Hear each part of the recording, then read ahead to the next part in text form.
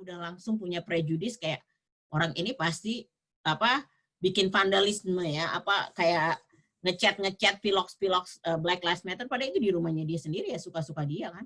Nah dia ternyata nelfon polisi, akhirnya dia bilang oh call the police, dia bilang gitu. Pas dia nelfon polisi, polisinya datang, nggak sampai keluar dari mobil polisi, karena polisinya tahu yang punya rumah itu si orang itu, karena orang itu ternyata dia terkenal di daerah situ, dia punya bisnis apa dog walking, jadi semua orang yang punya anjing tuh pakai servisnya dia, dog walking itu bisnisnya dia. Jadi polisinya bilang ya emang dia tinggal di situ gitu. Tapi coba kalau polisinya nggak tahu, kan datang dan ditangkap, padahal itu di rumahnya sendiri. Nah itu orang yang nggak terkenal ya. Tapi orang kayak tadi kan Adrian tanya tentang oh kalau Obama itu nggak dia mengalami, nggak tahu ya, mungkin kalau dulu juga dia mengalami kali sebelumnya. Tapi kayak misalnya ada Profesor Louis Gates Jr., dia profesor di Yale atau di Princeton ya? Oh apa di Harvard? Harvard kalau nggak salah. Jadi tuh ya yang bergengsi ya, ini ya universitasnya bukan ecre-ecre ya, ini universitas bergengsi. Dia pulang ke rumahnya, jadi kan dia tinggal nggak jauh dari kampus ya, itu daerahnya bergengsi juga. Dia pulang malam, lampunya terasnya mati. Dan kuncinya dia jatuh. Nah, bayangin loh, gelap, malam, kunci jatuh kan. Jadi kan nyari-nyari gitu ya. Ya mungkin kan dia udah tua juga, stumble kan. Tetangganya lihat, wow, ada black man datang. Langsung telepon polisi. Polisi datang, tau nggak? Dia bilang, oh ini rumah saya. Nggak mungkin. Ini tuh daerah elit, mana mungkin orang itu. Ngapain kamu di sini? Kamu pasti mau apa rampok apa-apa gitu. Ditangkap, Bu. Ditangkap dan dimasuk polisi. Sampai terus dia bilang, oh saya dosen di Harvard. Sampai baru Harvardnya nelfon bilang, iya sih. Polisinya minta maaf nggak? Enggak. Yang nelfon dapat nggak? Apa? Yang nelfon di ini nggak? Apa yang ngelaporin itu? Enggak. So, can you imagine? Itu kayak cerita kalau semua orang black yang aku kenal pasti pernah kayak gitu. Mau dia top, nggak top, jadi bayangin, yang top aja begitu. Gimana yang nggak top? Maksudnya siapa lu langsung tembak aja kali pada di tempat. Kalau yang orang udah berpendidikan, dia tahu bagaimana deal with polisi. Kalau yang enggak, bisa emosi apa langsung tembak. Kalau polisi ada yang emosi dikit langsung tembak. Gitu. Jadi itu, dan saya pernah ngalamin sendiri juga. Jadi ini yang pengalaman pribadi ya, shock banget. Jadi ini tuh kayak my first lesson. Kita lagi makan di tempat sandwich gitu, Subway namanya.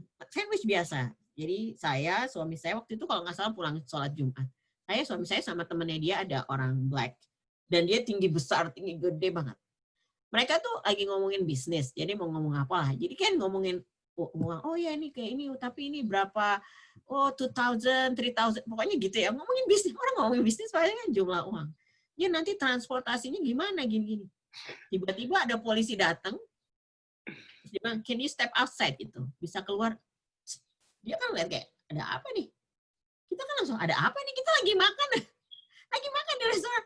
Ada apa? Terus dia bilang, ya step outside katanya. Terus polisinya bilangnya, ya saya tahu ini mungkin agak ridiculous katanya, agak nggak masuk akal, dia bilang. Tapi kita dapat telepon di 911 bahwa di restoran ini ada 2 laki-laki black man dan 1 perempuan muslim lagi ngomongin sejumlah uang dan transportasi. Kayaknya mereka lagi merencanakan ngebom.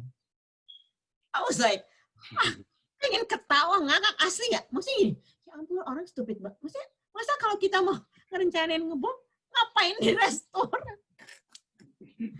Sampai gini, ya ampun pengen ngakak. Beneran kayak, it's like a joke, right? Tapi it's serious. Bayangin, itu kan accusation kan? Dan kita nggak tahu siapa yang nelfon kan? Pasti ya yang ada salah satu orang yang ada di restoran itu, tapi siapa? Kan nggak boleh di-reveal. Terus sampai dia ketawa, tau nggak, teman suami saya itu ketawa, terus dia bilang, terus kata polisi, ya saya tahu ini pasti kayaknya. Dia bilang, kita tuh lagi ngomongin bisnis. Ya iya kita ngomongin sejumlah uang, transportasi barang, orang kita tuh lagi ngomongin bisnis, makanya kayak, oh kira-kira berapa ya, ini kayaknya bisa deh, kayak transport. Ya ampun, kayak orang, that's the thing. Itu sering, itu kayak, saya kayak, oh my God, how dare ya, maksudnya saya bilang how dare mereka bisa kayak gitu ke saya gitu kan. Terus tapi ya itu udah kayak makanan sehari-hari. Ya itu kan bagus polisinya baik ya nanya bilang oh kayaknya sih ridiculous gitu. Tapi dia bilang tetap ini kewajiban kita kalau ada 911 call kita harus cek. Kalau polisinya yang gila ya langsung aja tangkep. Ngapain gitu kan? Itu kita masih alhamdulillah dapat polisi yang agak apa pakai otak sedikit tapi kan emang yang kalau yang resis langsung aja dia tangkap ngapain ya kan keuntungannya nggak dikit dia kan nggak mikirin hak kita yang penting kan dia karena juga di Amerika ada kuota polisi kayak untuk naik pangkat dia berapa tiket ya berapa tilang yang dia keluarin berapa orang yang dia tangkap berapa orang yang kayak gitu untuk naik pangkat nih terus saya bilang kayak lah gimana kalau dia ya terang aja dia pengen nangkep orang terus ya kalau tambah banyak yang dia tangkap ya itulah yang membuat dia bisa naik pangkat. Jadi kayak hal-hal kecil yang minim maksudnya kayak yang nggak penting-penting itu kayak ditangkep-tangkepin aja yang sebenarnya kayak namanya minor violation yang nggak ada implikasinya gitu loh kayak misalnya anak kecil shoplifting ngambil coklat permen so what gitu ya itu kan kayak hal-hal kecil tapi berarti itu bisa di US tuh memang sangat gampang Mbak ya untuk nelfon polisi gitu ya. Oh iya, nah itu yang saya bilang ke suami saya, dan itu kayak privasinya dilindungi. Jadi gini, kayak saya bilang lah, tanggung jawabnya itu kan berarti kan make kayak you are being suspicious all the time ya. Kayak kalau dalam Islam itu dosa banget ya kita suspicious sama orang kan, tanpa ada bukti, maksudnya nggak boleh suspicious sama orang. Siapa? Emangnya kita tahu isi hatinya orang itu? Jadi jadi based on suspicious. Jadi saya misalnya, jadi bisa aja nggak suka nih, saya nggak suka sama Rian. Pas lihat dia lagi ngapain tuh dia di pantai, oh you know what ini ada tuh this man, bla bla bla. Padahal dia cuma lagi di pantai lagi ngapain? Bisa kayak gitu. Itu bisa kayak gitu. Jadi bayangkan betapa gampangnya. Dan itu kita menjadi kayak self conscious, kayak misalnya kalau kita bukan orang putih, apalagi ini belajar dari orang-orang black ya, kayak self conscious, no, saya masih naif juga sering. Tapi kayak suami saya, dia self conscious gitu dan also dia di train di militer ya. Jadi dia selalu kayak 360 degree gitu. Saya nggak biasa gitu nggak harus like lihat siapa black, apalagi saya sering travel kan dia gini. Kamu harus lihat siapa yang duduk di depan kamu. Saya kayak, aduh stres banget sih. Jadi kan saya cuek aja, ganti pesawat gini. Dia bilang, ya ampun, dia bilang, kamu tuh oblivious banget sih, nggak tahu kanan kiri depan kamu. Dia bisa aja abis itu mau nembak kamu, dia bilang. I'm like, iya, karena saya nggak growing up di sini, jadi nggak built in, you know. Nah itu kebanyakan imigran kayak gitu tuh nggak built in di dalamnya. Kalau orang yang memang lahir besar, apalagi yang orang black, mereka tuh udah punya built in sendiri. Sistem kayak serut langsung lihat kita oh ini orang ini nih gitu kayak tahu gitu dari gerak-gerik orang gitu kayak saya kayak karena pernah nih kita jadi laundry di tempat laundry gitu mesin cuci kita rusak nih. Jadi kita laundry ke tempat umum gitu. Terus kan saya gimana sih bawa laundry pakaian kotor bluk kayak susah gitu ya dengan santai pintunya sempit jadi kayak aduh gitu. Saya nggak ngeliatin orang, saya nggak urusan banget orang bodoh amat orang mau ngapain orang saya cuma ke situ mau nyuci kan ya. Terus suami saya bilang gini, kamu lihat nggak perempuan yang tadi itu di depan? Emang, oh iya, kenapa? Dia tahu nggak ngelihat kamu kayak ngelihat setan gitu, dia bilang. Dia bilang, saya bilang, really? Iya gitu, makanya kamu tuh nggak pernah merhatiin sih orang-orang sih. Because prinsip saya, oh saya nggak pernah berbuat jahat ke orang-orang, siapa yang mau berbuat jahat ke saya? Dia bilang, wrong. Mungkin lebih ke fear-based kali ya buat Americans. Ya, itu dia fear-based, suspicious terus. Jadi dibakar terus ya, di fuel gitu ya, terus fear, suspicious. Itu kan kayak gitu. Jadi siapa yang ya iyalah gitu ya orang terus. Nah, sekarang kan dari yang segala macam si white supremacy ini kan jadi kayak dia mau create race war kan. Nah, ya, dan white supremacy ini kan nggak cuma di Amerika, dia kan ada di mana-mana. Di Jerman ada, di mana-mana. Dan yang nembak di New Zealand itu kan dia, dan mereka selalu ada manifesto. Yang nembak di masjid di New Zealand, di Christchurch, itu kan dia ada manifesto. Terus yang nembak di Black Church di South Carolina, berapa tahun yang lalu, 2015, si Dylan Roof itu dia juga ada manifesto. Nah, kalau kita lihat nih antara kan banyak juga nih orang Indonesia pada bilang, oh tapi kan si George Floyd kan bukan malaikat, dia juga banyak melanggar hukum dan segala macam. Ya melanggar hukum tapi dia nggak membunuh orang. Ya ada sih melanggar, siapa sih orang yang nggak melanggar hukum di sini, semua orang pasti ada melanggar hukum. Tapi dia nggak membunuh orang gitu ya. Nah, dan yang kasusnya itu kan yang terjadi itu kan gara-gara $20 itu yang kemungkinan palsu ya, yang curigai palsu itu. Sementara si Dylan Roof waktu itu dia membunuh 9 orang di gereja itu. Sebelumnya dia berdoa bareng-bareng, habis itu dia bunuh itu 9 orang black. Kan itu kan black church. 9 orang, tapi ketika dia ditangkap polisi apa? Enggak. Not a scratch. Not even like with force. Terus malahan apa yang terkenal? Dia lapar, ke Burger King dulu makan. Kasihan dia lapar belum makan. I was like, what? Ke drive-thru kali. Padahal kan itu dia habis membunuh 9 orang loh. Bukti nyata dia membunuh gitu loh. Bukan nyolong permen gitu loh. Iya. Tapi coba lihat, habis bunuh 9 orang dengan enggak, ya ditangkap biasa, diperlakukan dengan dia manusia, malahan oh dia lapar ya ke Burger King dulu. Sementara coba lihat yang gara-gara oh kamu ada bau alkohol, langsung tembak gitu retail ya. Terus oh kamu $20 palsu. Pokoknya yang oh ini tembak-tembakan plastik, padahal itu tembakannya dijual di mana-mana, tembak mainan anak-anak kenapa dibolehin gitu kan? So that's kind of like kalau kita lihat dari kasusnya, then we see the injustice gitu. The injustice is there, very kayak dengan telanjang gitu loh. Nggak perlu ahli hukum, nggak perlu rocket science, nggak perlu kayak intelektual. Semua orang tuh kayak just be open and lihat gitu. Dan kita bisa lihat gitu kayak ketidakadilannya dan sekarang kan yang lagi dibakar ini kan race war. Dia pengen race war supaya ada itu dibentrokan itu. Dibentrokan antara putih dan hitam. Dan mungkin salah satunya bedanya rasisme itu kan udah dari dulu ya. Maksudnya mungkin sekarang karena teknologi, accessibility, kayaknya rasisme itu lebih terdokumentasi lebih bagus. Bukan berarti lebih banyak, tapi accessible to everyone to see. Nah, dari dulu sebenarnya orang black itu bilang bahwa oh kita tuh di-oppress, kita tuh ada police brutality dan segala macam. Mana nggak ada yang percaya kayak oh itu kan kalian kan kriminal. Sekarang karena adanya teknologi, adanya sosial media, mereka bilang alhamdulillah. Alhamdulillah for the technology. Now you guys believe us. The whole world, CCTV, body cam, segala macam, semua kan teknologi tuh. Semuanya. Jadi semuanya itu bisa, mereka bilang, kita udah bilang dari dulu, tapi kan kalian nggak percaya. Sekarang, thank you for technology. Teknologi udah yang menyatakan, maksudnya nggak ada yang bisa bohong. It's like science, you know? Like, how do you debate science? It's the fact, gitu. Kayak gitu. Faktanya gitu. Jadi sekarang ngomongnya fakta. Ya, luar biasa.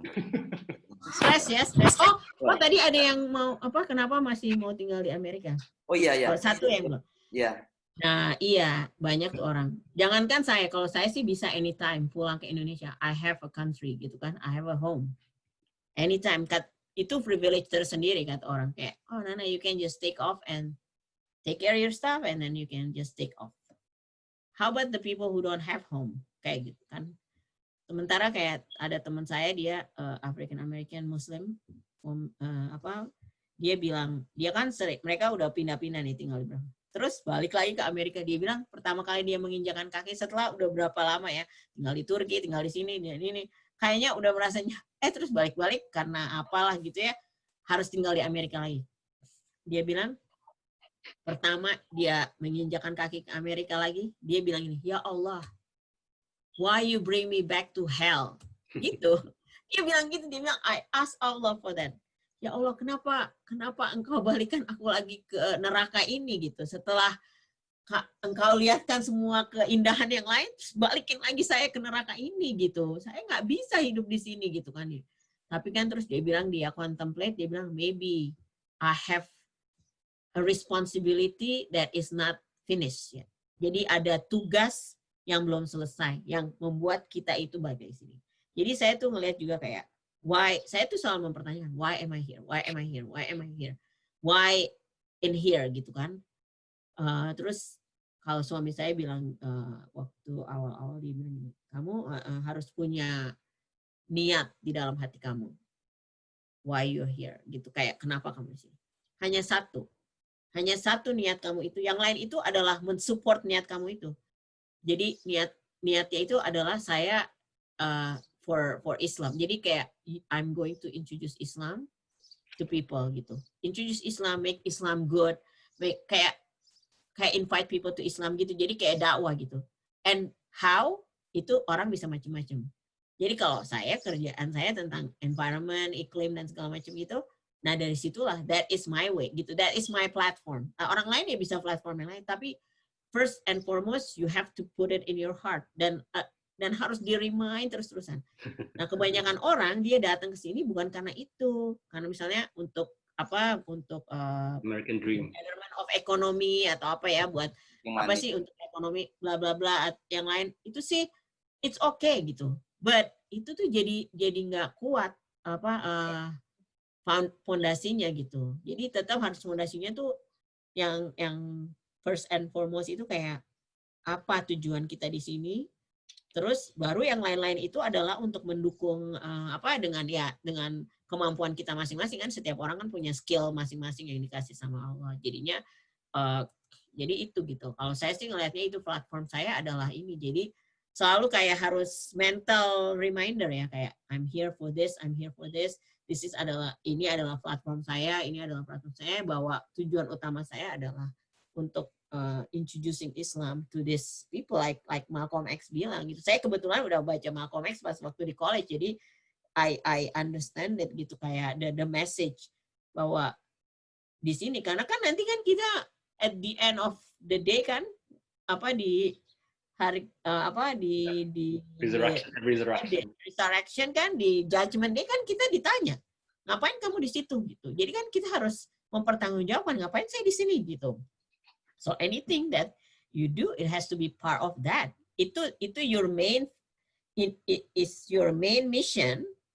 Tapi platformnya bisa macam-macam karena setiap orang pasti dikasih kemampuan yang berbeda-beda gitu. Jadi dan I hope like in Germany juga begitu. Jadi harus ditanamkan tuh di dalam hati masing-masing gitu. Saya juga gitu.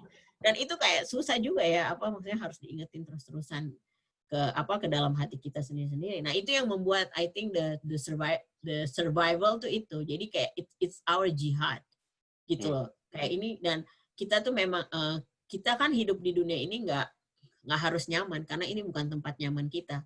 Ini adalah our struggle. Jadi the more struggle actually itu adalah testing kita kan, tes, and then kesabaran kita, dan jadi pengen belajar lebih banyak, karena kan tadinya mungkin Indonesia saya mah santai aja, orang azan kedengeran tiap kali, ceramah ada di semua TV, bla bla bla, bodo amat. Tapi sekarang karena di sini jadi kayak harus memicu diri sendiri kan. Gitu. Itulah yang akan menjadi topik pengajian kita minggu depan, tentang bagaimana Mbak Nana memperkenalkan Islam tentang aspek lingkungan hidup, ya.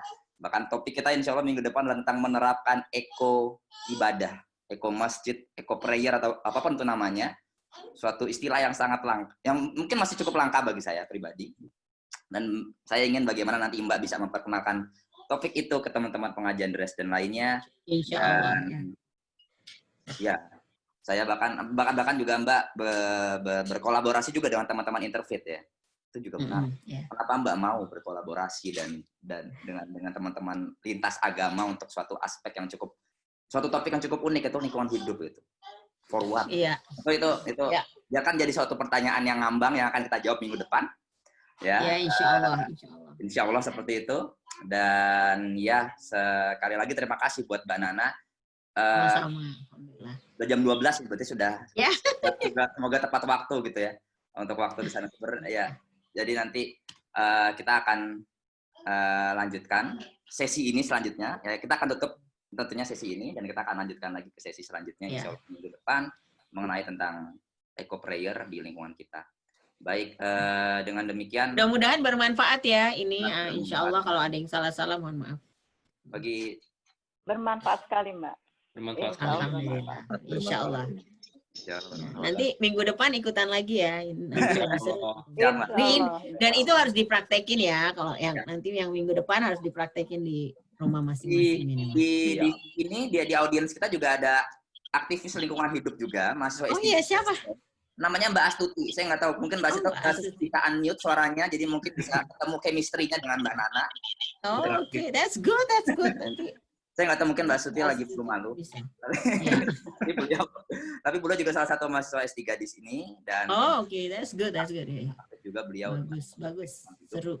semoga nanti bisa Bisa nyambung nanti minggu depan. Mbak Astuti bisa cerita ya. Iya. Terima kasih Mbak Nana, terima kasih Adrian dan teman-teman semuanya. Salam kenal Mbak Nana, sehat selalu ya. Sama-sama. Ya. Salam kenal juga. Terima kasih ilmunya. Ya. Ya. Semoga minggu depan Mbak Astuti bisa ikut. Amin, insya Allah ya. Makasih banyak. Silahkan Oh. Adrian. Ya, baik. Ya. Dengan demikian terima kasih untuk Mbak Nana sekali lagi untuk materinya hari ini Sama-sama. Alhamdulillah. yang hadir. Semoga Senang sekali saya bisa kenalan dengan teman-teman di semoga bisa menjadi malam minggu yang penuh berkah dan bermanfaat. Amin. Adrian, bisa sedikit. Tadi ada pertanyaan, saya lihat ada yang bertanya ke saya. Iya. Itu bisa, insya Allah dijawab minggu depan ya.